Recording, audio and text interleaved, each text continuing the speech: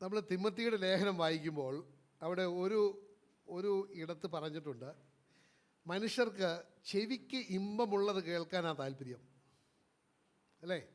നല്ല സുഖിപ്പിക്കുന്ന വചനം. പക്ഷേ ഇന്ന് ദൈവം സുഖിപ്പിക്കുന്ന വചനങ്ങളല്ല സംസാരിക്കാൻ പോകുന്നത്. ദൈവം നമ്മളോട് സംസാരിക്കാൻ പോകുന്നത് നമ്മളെ ഒരുക്കുന്ന വചനങ്ങളാണ്. അവൻ്റെ വരവിന് യോഗ്യതയുള്ള വ്യക്തികളാക്കി താക്കീതുകൾ തന്ന് ഒഴുക്കുന്ന വചനങ്ങളാണ്. സഹോദര, നമ്മൾ കുറച്ച് സുഖിപ്പിക്കുന്ന വചനങ്ങൾ കേട്ടിട്ട് ഒരു ഗുണവുമില്ല. അതിന് നല്ലത് നമ്മളെ തന്നെ ഒരുക്കി ആ മണവാളൻ്റെ വരവിന് വേണ്ടി മണവാട്ടിയായിട്ട് ഒരുങ്ങി യോഗ്യതയോടെ നിൽക്കുന്ന, അതിന് തയ്യാറെടുപ്പിനുള്ള വചനങ്ങൾ കേൾക്കുകയാണ് നമുക്ക് ശാശ്വതമായ ഒരു അനുഗ്രഹം ഉണ്ടാകുകയുള്ളൂ. അയ്യൂന്നി ഹല്ലേലൂയ. കാരണം നമ്മൾ കഴിഞ്ഞ ആഴ്ച എല്ലാം കേട്ടതാണ്. നമ്മൾ കഴിഞ്ഞ ആഴ്ച ഒരു വചനങ്ങൾ എടുത്തപ്പോൾ അവിടെ പല രാജാക്കന്മാരെ കുറിച്ച് കേട്ടു. ആ രാജാക്കന്മാർ എന്നുവെച്ചാൽ പഴയ ഉടമ്പടിയിലുള്ള ദൈവത്തിൻ്റെ ജനത്തെ നയിക്കാനായിട്ട് ദൈവം നിയോഗിച്ചിരുന്ന, ദൈവം അഭിഷേകം ചെയ്ത പല രാജാക്കന്മാരുടെ ഒരു ചരിത്രത്തെക്കുറിച്ച് നമ്മൾ പലയിടങ്ങളിൽ നിന്നും വായിച്ച് കേട്ടു. അതിനകത്ത് വളരെ മോശം രാജാക്കന്മാരുണ്ടായിരുന്നു, അതുപോലെ തന്നെ നല്ല രാജാക്കന്മാരും ഉണ്ടായിരുന്നു. ആ നല്ല രാജാക്കന്മാരെ കുറിച്ച് പറയുമ്പോൾ അവിടെ പറയുന്നുണ്ട്, ആ ദൈവത്തിന് ക്രോധമുള്ള ആ വിഗ്രഹങ്ങളെയും വിഗ്രഹാരാധനയും എല്ലാം നശിപ്പിച്ചു, ആ ആരാധന സ്ഥലങ്ങളൊക്കെ നശിപ്പിച്ചു. പക്ഷേ നമ്മൾ മനസ്സിലാക്കിയ വലിയ സത്യം ഇതാണ്, അവിടെ എല്ലാത്തിനും അവസാനമാണ്. എങ്കിലും അവർ പർവ്വതത്തിനുള്ള അവിടുത്തെ ആരാധനകളൊന്നും നിർത്തിയില്ല. The worship in the mountain tops അത് നിർത്തിയില്ല. അപ്പോൾ അവിടെ നിന്ന് നമ്മൾ മനസ്സിലാക്കേണ്ട വലിയ സത്യം ഇതാണ്.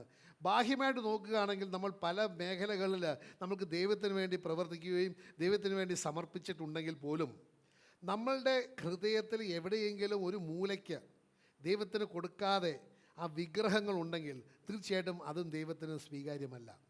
നമ്മൾക്കറിയാം, ആ വിഗ്രഹം ഒരു പുളിമാവ് പോലെയാണ്. നമുക്കെല്ലാവർക്കും അറിയാമല്ലോ, കുറച്ച് പുളിമാവ് മതിയല്ലോ, അല്ലേ, മാവ് മുഴുവൻ പുളിപ്പിക്കാനായിട്ട്. അതുകൊണ്ട് നമ്മൾ ശ്രദ്ധിക്കേണ്ട ഒരു കാര്യമാണ്, ബാഹ്യമായിട്ട് നമ്മൾ വിചാരിക്കും ഞാൻ എൻ്റെ ജീവിതത്തിലുള്ള എല്ലാ മേഖലയിലും ഞാൻ ദൈവത്തിന് സ്വീകാര്യമായ ഒരു ജീവിതമാണ് നയിക്കുന്നത്. But you still need to examine your self.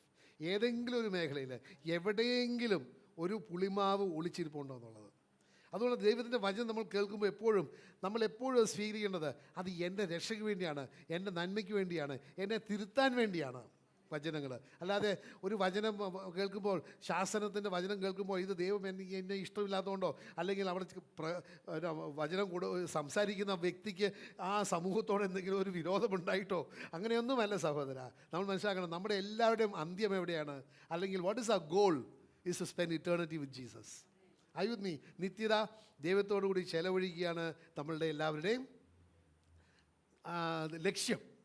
അപ്പോൾ നമ്മൾ മനസ്സിലാക്കണം, നമ്മുടെ ഈ ക്രിസ്ത്യ ജീവിതത്തിൽ പല മേഖലകളിലും നമ്മളെ പരീക്ഷിക്കപ്പെടും. ഹല്ലേലൂയ. നമ്മൾ മനസ്സിലാക്കേണ്ട വലിയ സത്യം ഇതാണ്. ഇന്ന് ഞാനൊരു കാര്യം പറയാം. ദൈവത്തിൻ്റെ വചനം വളരെ വ്യക്തമായിട്ട് യോഹന്നാൻ്റെ സുവിശേഷം 6-ാമത്തെ അധ്യായം 45-ാമത്തെ വചനത്തിൽ പറയുന്നുണ്ട്, എല്ലാവരും ദൈവത്തിൻ്റെ ആത്മാവിനാൽ പഠിപ്പിക്കപ്പെടും. സഹോദര, നമ്മളൊരു താക്കീതായിട്ട് എടുക്കേണ്ട ഒരു കാര്യം ഇതാണ്, നമ്മൾ ദൈവത്തിൻ്റെ വചനം പഠിപ്പിക്കുന്നത് ദൈവത്തിൻ്റെ ആത്മാവിനെ ആശ്രയിക്കണം. മനുഷ്യൻ കള്ളനാണ്. ഹലോ, മനുഷ്യൻ കള്ളനാണ്. ദൈവത്തിൻ്റെ വചനം തന്നെ പറയുന്നുണ്ട്, മാൻ ഇസ് എ ലയർ. കാരണം എന്താ? അവൻ്റെ സ്വാർത്ഥതയ്ക്കും അവൻ്റെ നിലനിൽപ്പിനും വേണ്ടി അവൻ വചനം വളച്ച് ഒടിച്ച് എങ്ങനെയെങ്കിലും വ്യാഖ്യാനം ചെയ്യും. അവന് 4 പേരെ കൂടുതൽ അവൻ്റെ വചനം പ്രഘോഷണം വരാനായിട്ട് അവൻ വചനത്തെ കോംപ്രമൈസ് ചെയ്യും. അല്ലെങ്കിൽ കൂടുതൽ എന്തെങ്കിലും ജഡികമായ ഒരു നേട്ടത്തിന് വേണ്ടി, സ്ഥാനമോ പേരോ എന്തുമായിക്കോട്ടെ, അതിനുവേണ്ടി ഹീ വിൽ കോംപ്രമൈസ്. ഹല്ലേലൂയ. നമുക്ക് ഒരു കോംപ്രമൈസ് നോക്കണേ.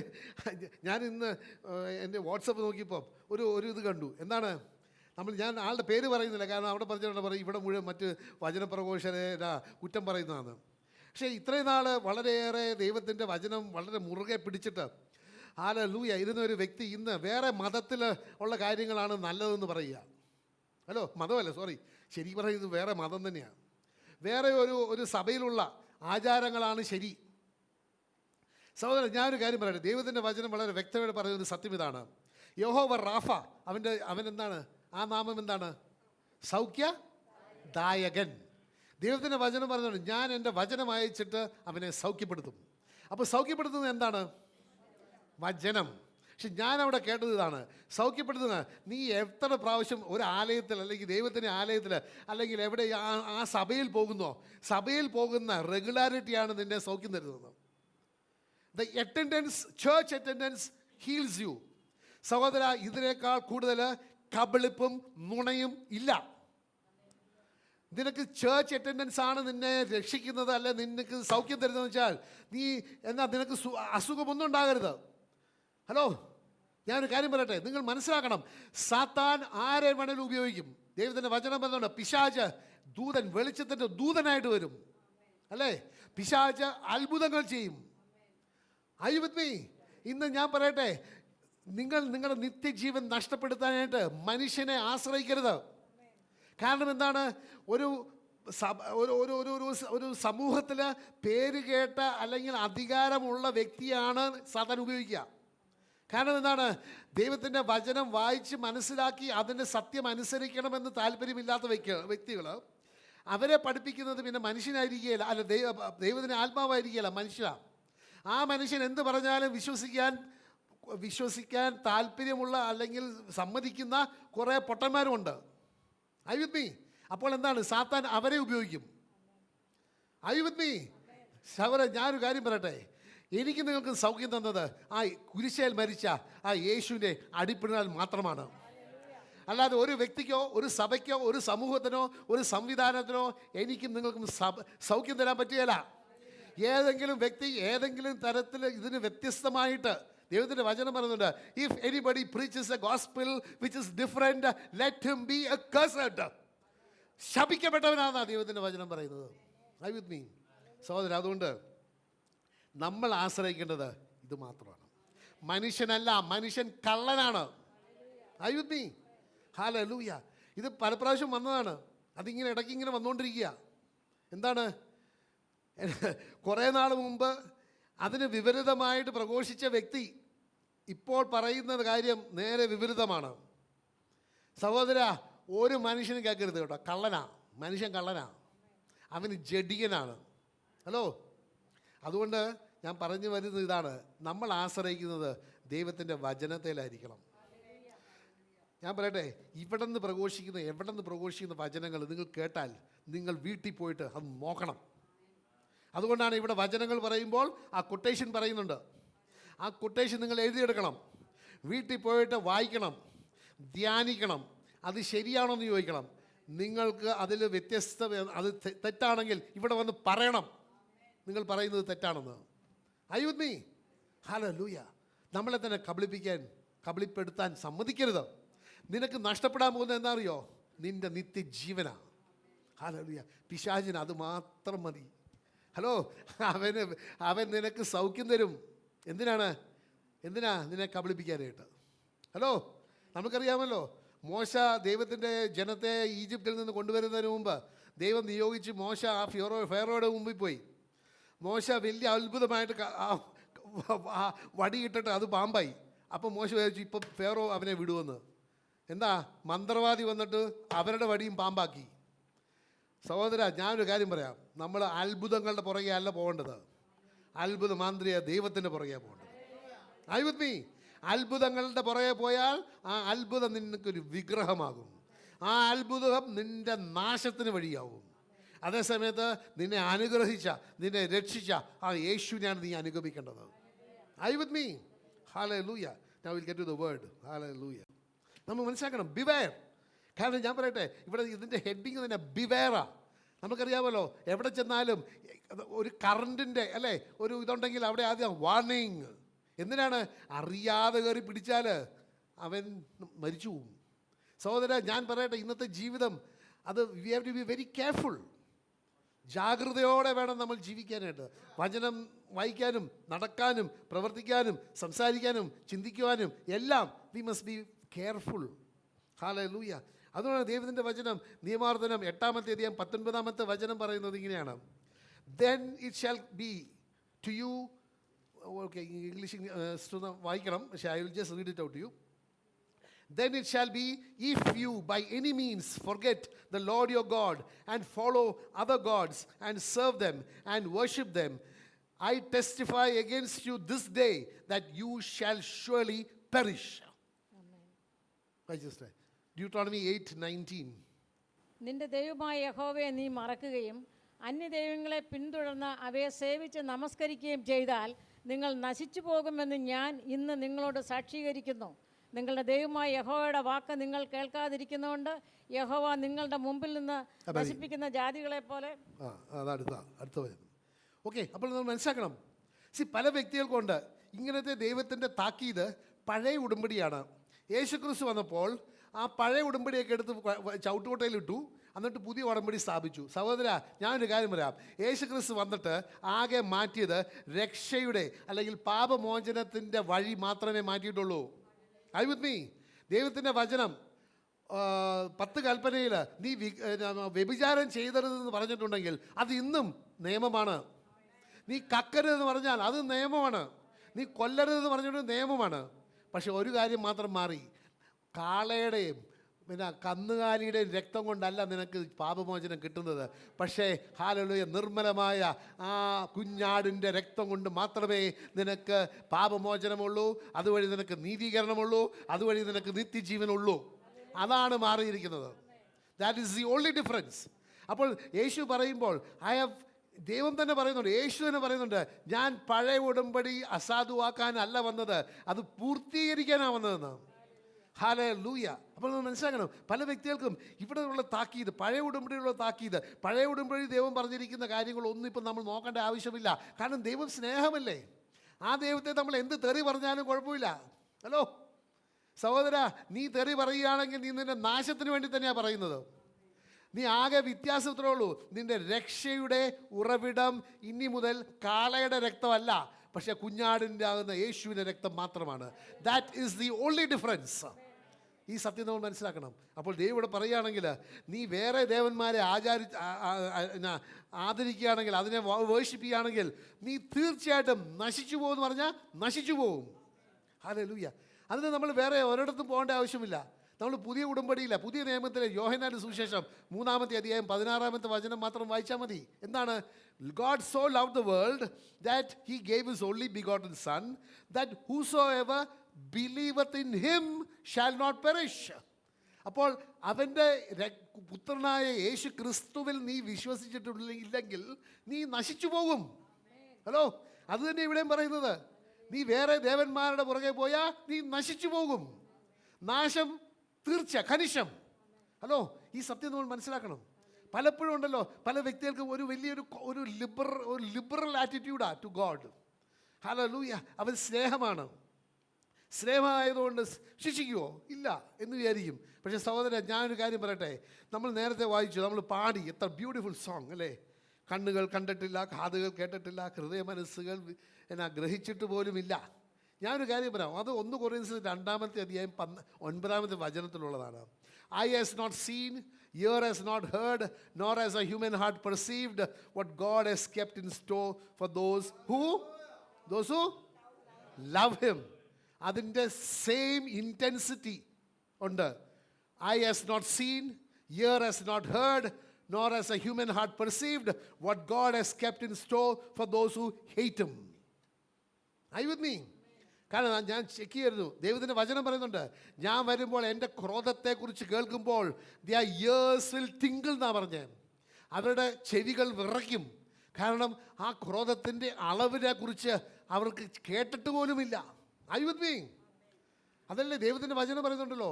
ആ സമയമാകുമ്പോൾ അവർ മലയോട് പറയും, മല എൻ്റെ മേലത്ത് വീണ് എന്നെ കൊല്ല. Are you with me? So you need to understand.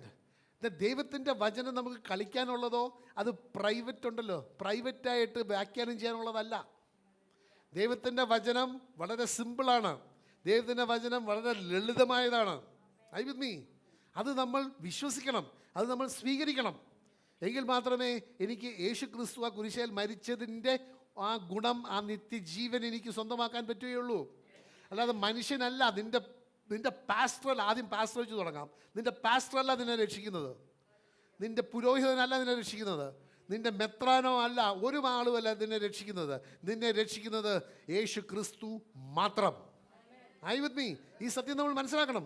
Hallelujah, hallelujah.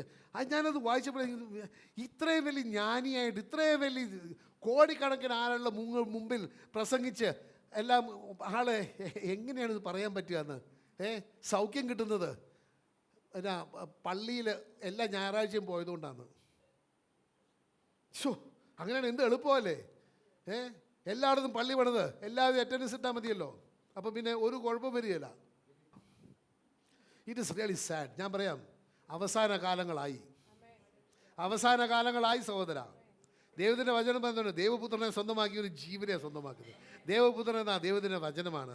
അപ്പോൾ നീ സ്വന്തമാക്കേണ്ടത്, നീ മുറുകെ പിടിക്കേണ്ടത് ദൈവത്തിൻ്റെ വചനത്തെയാണ്, മനുഷ്യനെ അല്ല എന്ന് പറഞ്ഞാൽ മനുഷ്യനെ അല്ല എന്ന്.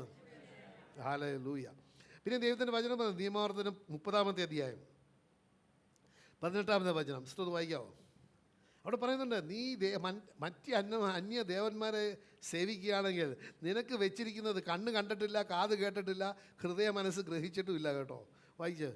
I announce to you today that you shall surely perish. You shall not prolong your days in the land which you cross over the Jordan to go and possess.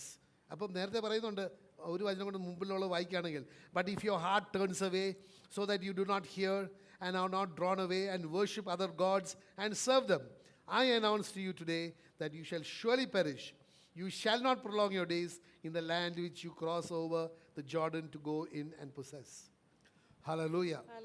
അപ്പോൾ നമ്മൾ മനസ്സിലാക്കേണ്ട വലിയ സത്യം ഇതാണ്, ദൈവം എനിക്ക് നിങ്ങൾക്കും അനുഗ്രഹങ്ങൾ തന്നിട്ടുണ്ട്. ആ അനുഗ്രഹം പഴയ ഉടമ്പടിയില്ല, ദൈവത്തിൻ്റെ ജനം ഈജിപ്തിൽ നിന്ന് വന്ന് നോക്കുമ്പോൾ ദൈവം അവർക്ക് ഒരു വിശ്രമം വാഗ്ദാനം ചെയ്തിരുന്നു. എബ്രഹാം, ഇസ്ഹാക്ക്, യാക്കോബിനോട് പറഞ്ഞിരുന്നു, ഞാൻ നിങ്ങൾക്ക് തേനും പാലും ഒഴുകുന്ന ഒരു സ്ഥലത്തേക്ക് ഞാൻ കൊണ്ടുപോകാം. അത് വിശ്രമമാണ്. അപ്പോൾ ദൈവത്തിൻ്റെ അനുഗ്രഹമായിട്ട് കണക്കാക്കാം കാനാൻ ദേശം. പക്ഷെ ദൈവം പറയുന്നത്, നിനക്ക് അവിടെ ദീർഘായുസ്സിൽ ജീവിക്കാൻ പറ്റുകയില്ല. നിനക്ക് ഒരു തരത്തിൽ നോക്കുകയാണെങ്കിൽ ഞാൻ നിനക്ക് തന്ന അനുഗ്രഹങ്ങൾ നിനക്ക് അനുഭവിക്കാൻ പറ്റുകയില്ല. Are you with me? എപ്പോൾ നീ മറ്റ് ദേവന്മാരെ ആശ്രയിക്കുകയോ അവരെ സേവിക്കുകയോ ചെയ്യുകയാണെങ്കിൽ. കാരണം നമ്മൾ മനസ്സിലാക്കേണ്ട വലിയ സത്യം ഇതാണ്, ദൈവം എന്നെ നിങ്ങളെ സൃഷ്ടിച്ചത് എന്നെ നിങ്ങളെ അനുഗ്രഹിക്കാനാണ്. Are you with me? ഇന്ന് പല വ്യക്തികളും അനുഗ്രഹങ്ങൾ അവർക്ക് ഉൾക്കൊള്ളുവാനോ അത് സ്വന്തമാക്കാൻ പറ്റാത്തതിൻ്റെ കാരണം എന്താണ്? കാരണം അവരുടെ they have A divided heart. Are you with me?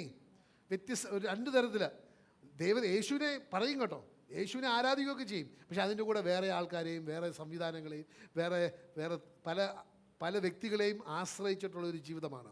They having a divided heart. So ദൈവം അവർക്ക് വേണ്ടി വാഗ്ദാനം ചെയ്ത അനുഗ്രഹങ്ങളൊന്നും അവർക്ക് പ്രാപിക്കാൻ പറ്റാതിരിക്കും. സഹോദരൻ, ഞാനൊരു കാര്യം പറയാം, ദൈവം സർവശക്തനല്ലേ? ബട്ട് ഞാനൊരു കാര്യം പറയാം, ദൈവം ഈസ് ഓൾ മൈറ്റി, സർവശക്തനാണ്. പക്ഷേ ഒരു മേഖലയിൽ ദൈവത്തിന് ശക്തിയില്ല, കഴിവില്ല. ഏത് മേഖലയാണ്? യെസ്, ദൈവം നിനക്ക് സ്വന്തം മനസ്സ് തന്നിട്ടുണ്ട്. He has given you free will. ആ ഫ്രീ വില്ലിൻ്റെ മുകളിൽ ദൈവത്തിന് ആധിപത്യം ഇല്ല. I with me? ഹലോ, ഇത് പരദൂഷണമായിട്ടൊന്നും എടുക്കണ്ട, ഇത് സത്യമാണ്. കാരണം എന്താണ്? ദൈവം വളരെ വ്യക്തമായിട്ട് വചനത്തിൽ തന്നെ പറയുന്നുണ്ട്. അടുത്ത വചനം ഒന്ന് വായിച്ചേ. ഞാൻ നിൻ്റെ മുമ്പിൽ ജീവനും മരണവും, ഞാൻ നിൻ്റെ മുമ്പിൽ അനുഗ്രഹവും ശാപവും വെച്ചിരിക്കുകയാണ്. പിന്നെ ദൈവം പറഞ്ഞോ നീ ഇത് തലയിലോട്ട് ഇത് വയ്ക്കാതെ? ഇല്ല. ദൈവം പറഞ്ഞത് ചൂസ് എന്ന് പറയുന്നത് എന്താണ്? You are exercising your free will. ഒന്ന് വായിച്ചത്, ദാറ്റ് ഇസ് 30:19 Deuteronomy. ജീവനും മരണവും അനുഗ്രഹവും ശാപവും നിങ്ങളുടെ മുമ്പിൽ വച്ചിരിക്കുന്നു എന്നതിന് ആകാശത്തെയും ഭൂമിയെയും ഇന്ന് സാക്ഷിയാക്കി വയ്ക്കുന്നു. ആമേൻ. അപ്പോൾ നമ്മൾ മനസ്സിലാക്കണം, എൻ്റെ സ്വന്തം മനസ്സ്, അതിൻ്റെ മുകളിൽ ദൈവത്തിന് ആധിപത്യമില്ല. ദൈവം പൂർണ്ണ എന്താ പറയുന്നത് കഴിവ് നമുക്ക് തന്നിരിക്കുകയാണ്. അതുകൊണ്ടാണ് ഞാൻ പറയുന്നത്, നമ്മൾ വി ഹാവ് ടു ചൂസ്. നമ്മൾക്കൊരു തീരുമാനമെടുക്കണം. ദൈവത്തിന് വേണ്ടി എൻ്റെ ജീവിതം ഞാൻ സമർപ്പിക്കും, ആ ദൈവത്തെ മാത്രമേ ഞാൻ ആരാധിക്കുകയുള്ളൂ എന്ന് നീ ഒരു തീരുമാനമെടുക്കണം. കാരണം ദൈവം എൻ്റെ മുകളിൽ എനിക്ക് ഫ്രീ വില്ല് തന്നിട്ടില്ലെങ്കിൽ തീർച്ചയായിട്ടും എല്ലാവരും രക്ഷ പ്രാപിക്കുകയില്ലേ? കാരണം ദൈവം എല്ലാവരെയും അങ്ങോട്ട് കൊണ്ടുപോയാൽ പോരെ? Hello, I with me? But he has given us A free will. എന്തിനാണ്? ഈ ലോകത്തിലായിരിക്കുമ്പോൾ എൻ്റെ ഫ്രീ വില്ല് എക്സസൈസ് ചെയ്തിട്ട് എൻ്റെ വിശ്വസ്തത പ്രൂവ് ചെയ്യാനായിട്ട്. I with me? എൻ്റെ ഫെയ്ത്ത്ഫുൾനെസ് പ്രൂവ് ചെയ്യാനായിട്ട് he has given us free will. കാരണം അടുത്ത വചനം പറയുന്നത്, that you may love the Lord your God, that you may obey his voice, and that you may cling to him. Hallelujah. Cling to him, for he is your life and the length of your days, and that you may dwell in the land which the Lord swore to your fathers, to Abraham, Isaac and Jacob. Just അതുകൊണ്ട് നീയും നിന്റെ സന്തതിയും ജീവിച്ചിരിക്കേണ്ടതിനും അപ്പോൾ ഒരു കാര്യം, ജീവിച്ചിരിക്കേണ്ടതിൻ്റെ ഒരു പറയുന്നുണ്ട് ദൈവം എങ്ങനെയാണ് ജീവിച്ചിരിക്കേണ്ടത്. ഇത് നീ എത്ര എക്സസൈസ് ചെയ്താലും, ഹലോ, എത്ര എക്സസൈസ് ചെയ്താലും നീ ഒരു ബൾബ് ഫ്യൂസ് ചെയ്യുന്ന പോലെ ഫ്യൂസായി പോകാം. Hello, I with me. ജീവിച്ചിരിക്കേണ്ടതിനും യഹോവ നിന്റെ പിതാക്കന്മാരായ അബ്രഹാമിനും ഇസഹാക്കിനും യാക്കോബിനും കൊടുക്കുമെന്ന് സത്യം ചെയ്ത ദേശത്ത് നീ പാർപ്പാൻ തക്കവണ്ണം നിന്റെ ദൈവമായ യഹോവയെ സ്നേഹിക്കുകയും അവൻ്റെ വാക്ക് കേട്ടനുസരിക്കുകയും അവനോട് ചേർന്നിരിക്കുകയും ചെയ്യേണ്ടതിനും ജീവനെ തിരഞ്ഞെടുത്തുകൊള്ളുക. അതല്ലോ നിനക്ക് ജീവനും ദീർഘായുസ്സുമാകുന്നു. ആമേൻ. ഇവിടെ ഇംഗ്ലീഷിൽ നല്ലൊരു വേർഡ് ഉപയോഗിച്ചിട്ടുണ്ട്, ക്ലിങ്. ക്ലിങ് എന്ന് പറഞ്ഞാൽ എന്താണ്? ഒട്ടിച്ചേർന്ന് പിടിക്കുക. ഹല്ലേലൂയ. നമുക്കറിയാമല്ലോ, ചെറിയ ഒരു കുരങ്ങിൻ്റെ കുഞ്ഞ് എങ്ങനെയാണ് അമ്മയെ കെട്ടിപ്പിടിച്ചിരിക്കുന്നത്, അല്ലേ? എന്ത് സംഭവിച്ചാലും വിടുകയില്ല. അതുപോലെ ഞാനും നിങ്ങളും നമ്മളുടെ ദൈവത്തെ, we must cling to the Lord. I with me, we must cling. That's a word which is used here. Hallelujah. പിന്നെ നിയമാവർത്തനം 6-ാമത്തെ അധ്യായം 12-ാമത്തെ വചനം ഒന്ന് വായിക്കാം സിസ്റ്റർ. ഇതൊക്കെ സഹോദര ഇന്ന് നമ്മൾ നോക്കണം. ആദ്യം നോക്കേണ്ടത് അയൽവക്കക്കാരുടെ ജീവിതത്തിൽ ഉണ്ടോയെന്നല്ല, ഹലോ, ഇത് എൻ്റെ ജീവിതത്തിൽ ഇതുണ്ടോയെന്നാണ് നോക്കേണ്ടത്. വായിച്ചേസ് ഡ്യൂട്രോണമി 6:12. നിന്നെ അടിമ വീടായ മിസ്രൈം ദേശത്തു നിന്ന് കൊണ്ടുവന്ന യഹോവയെ മറക്കാതിരിപ്പാൻ സൂക്ഷിച്ചുകൊള്ളുക.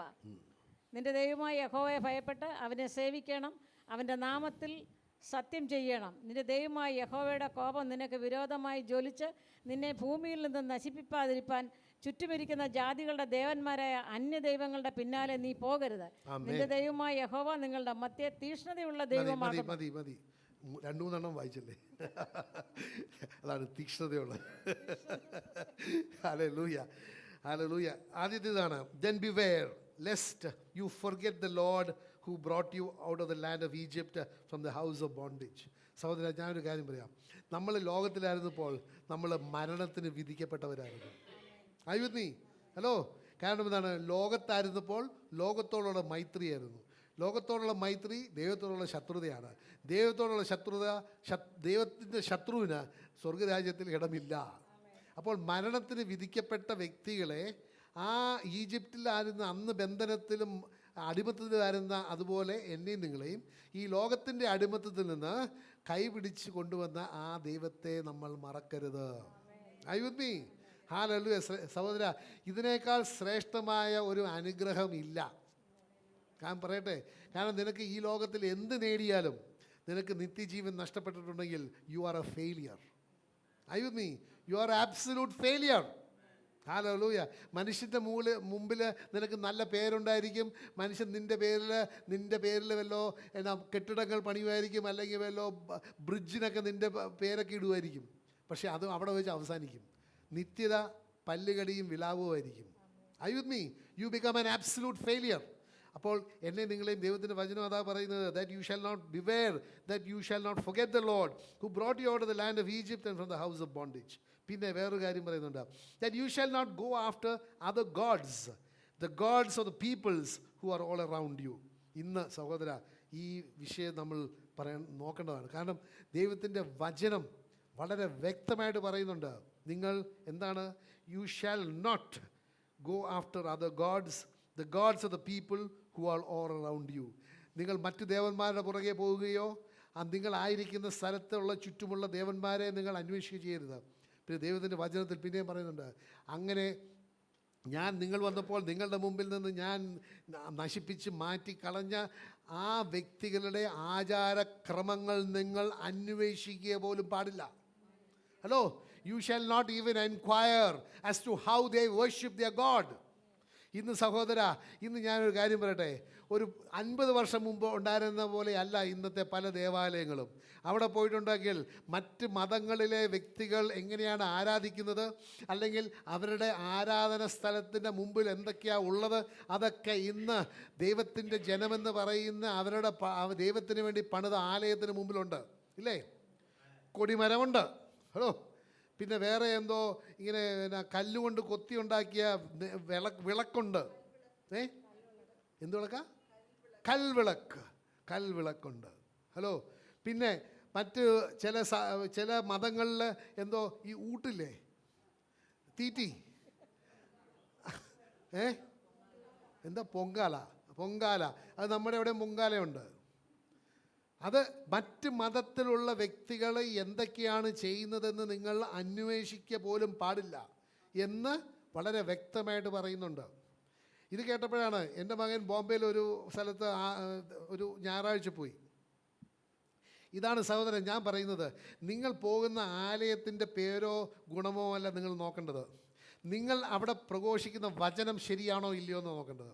അവിടെ എന്താ പറഞ്ഞതെന്നറിയോ? ദൈവത്തിൻ്റെ വചനം പറഞ്ഞിരുന്നു, ദൈവത്തിൻ്റെ ജനം ആ കാനാൻ ദേശത്തേക്ക് ചെല്ലുമ്പോൾ, ഒരു ഉദാഹരണം എടുക്കുകയാണെങ്കിൽ, യെറിക്കോ പട്ടണത്തിൽ ചെന്നപ്പോൾ അവിടെ ഉണ്ടായിരുന്ന എല്ലാത്തിനെയും നിങ്ങൾ നശിപ്പിക്കണമെന്ന് ദൈവം പറഞ്ഞു, ഇല്ലേ? അവിടെ നിന്ന് ഒന്നും എടുക്കരുതെന്ന് പറഞ്ഞു, ഇല്ലേ? അപ്പോൾ അവിടുത്തെ വചനം പ്രഘോഷിച്ച വ്യക്തി പറയുകയാണ്, ഇത് പഴയ നിയമത്തിലെ ഭാഷാ ശൈലിയാണ്. അത് ഒരു വേർഡ് ഉപയോഗിച്ചു, ഹൈപ്പർബോളയാണ്. ഹൈപ്പർബോള എന്താ ഒന്ന് പറയോ? യു ആർ ദി അതിശയോക്തി, അത് എക്സാജറേഷൻ ആണെന്ന് പറയട്ടെ. അപ്പോൾ അവിടെ പറയുകയാണ് ഇറ്റ് ഈസ് എൻ എക്സാജറേഷൻ. എന്താണ് ദൈവം പറഞ്ഞു? കാരണം ഞാൻ അവനോട് പറയുകയാണ്, ദൈവത്തിൻ്റെ വിധങ്ങൾ നമ്മൾക്ക് ക്വസ്റ്റ്യൻ ചെയ്യാനുള്ളതല്ല, അല്ലേ? യെറിക്കോ പട്ടണത്തിൽ ചെന്നപ്പോൾ ദൈവം പറഞ്ഞു, നീ ഒന്നും തൊടരുത്, ഇറ്റ് ഈസ് എൻ അബോമിനേഷൻ. വേറെ സ്ഥലങ്ങളിൽ ചെന്നപ്പോൾ നീ എടുത്തോ എന്ന് പറഞ്ഞു. അപ്പോൾ നമ്മൾ ദൈവത്തെ ചോദ്യം ചെയ്യാനുള്ളവരല്ല.